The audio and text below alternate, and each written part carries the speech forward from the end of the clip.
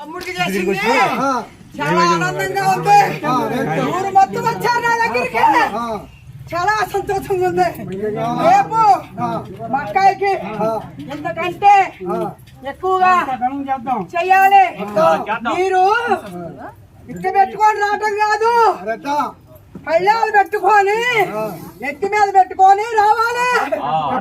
మీరు ఊరెళ్ళినట్టు పెళ్లికి వెళ్ళినట్టు కాదు. నాకు వస్తే చాలా ఆనందం ఇస్తా.